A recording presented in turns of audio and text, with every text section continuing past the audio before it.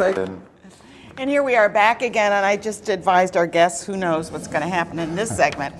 But anyway, Rick and Joanne Reynolds are with us. Rick, this has nothing to do with his real job, which is you're historian of Boston. Which is really probably why he's so interested in reenactment. Yep. You look quite dapper today. Who are you? Thank you, ma'am. I would be Samuel Meredith. You would not be familiar with me? I'm embarrassed to say I don't know much about money. Ma'am, I am the treasurer of these United Colonies. Oh, okay. Yes, indeed, I do take care of the money and I sign all those checks. Where do you get your money, Samuel? Or may I call you Samuel? Well, it would not really be proper for you to do so. You really should call me Mr. Meredith. Mr. Meredith. Because that would be a proper thing to do. Where do you get your money? Well, of course, from people like you. Taxes? Indeed, yes. That would be the proper way to do it. Okay. Or, in some cases, from people like me who have donated large sums of money so that our government could be well financed. And you are with the first government that we've had, isn't that correct? Indeed, I work under Mr. General Washington, who is our esteemed president. And how did you come to be acquainted with General Washington? My dear father, Reese Meredith, was a dear friend of Mr. Meredith, and when it became time for this position to be available for me, I did post a letter to Mr. Washington requesting to be appointed to such position. Well, that was pretty... Indeed, it was quite opportune, was it not? Yes, it was. What qualifies you to handle all that money? Ma'am, I would think most people could do what I do. It is not difficult to do. Okay. It is just very particular, and I am a very particular man. All right. And you have been with General Washington how long? Well, indeed, it is 1796, so I have been with Mr. General Washington for these past 8 years. Okay. And you brought this lovely lady with you. Do you know this lady? My dear wife, yes. Your wife? My Oh, dear then you wife do has know come her. with us. Yes, indeed, I do know her. Okay. It is highly unusual for her to be in public like this. I'm so glad that you are with us today for Mr. Meredith with his appearance here on our 800th show. Get that in. Joanne Reynolds, did you make that? I did. Okay, and where did you get you made his too? Yes. Oh my goodness. Where do you get your plans or your? There are a variety of period dress costumes. A lot of it comes through Williamsburg, the colonial Williamsburg. Okay, so you actually get the patterns, and they are done and designed to be made in the colonial fashion. Well, and I'm looking, excuse me, can I touch you? You certainly Okay, may. good. The fabric, this is wool. It is. And so it looks like everything that he has on today is simply clothing that you would have found during that time. Correct. Tried to be as much as possible. Right. Now, I know, Rick, that you do reenactment. Obviously, Indeed, you're yes. very good because I learned a little bit already that I was being improper.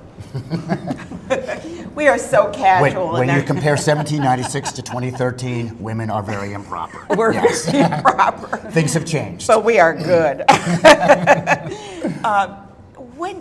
Where do you do this? Because this is, and I love your glasses, by the way, and I think you're pretty hip with those. Thank you. I do appreciate that.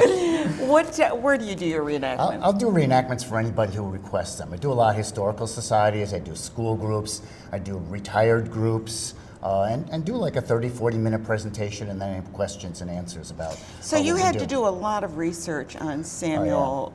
When I first Meredith. uncovered about 20 years ago that I was related to Samuel Meredith. Are you kidding? You're related? I can't prove it genealogically, but our Bible, our family Bible from 100 years ago says we are related. Okay. And I'm willing to who go would with lie that. in a Bible? That's right.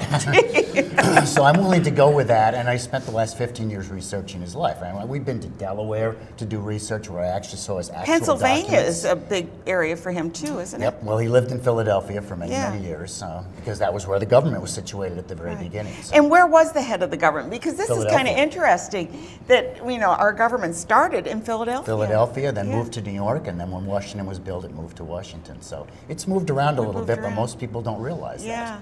And these are the things that we would learn by. Now, you're not a reenactor, but you're kind of the silent partner. You're arm candy.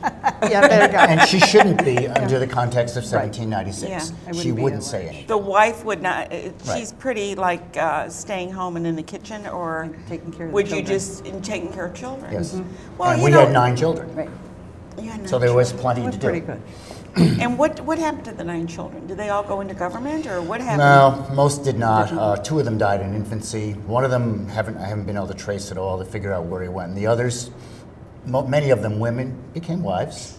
And that's about... And that's about- non-entities at Yeah, that time. At that time, yeah. Yeah. So you do these reenactments, and do you do anyone else besides Samuel Meredith? I have one other reenactment that I do, and that is Brian the Hippie from 1969.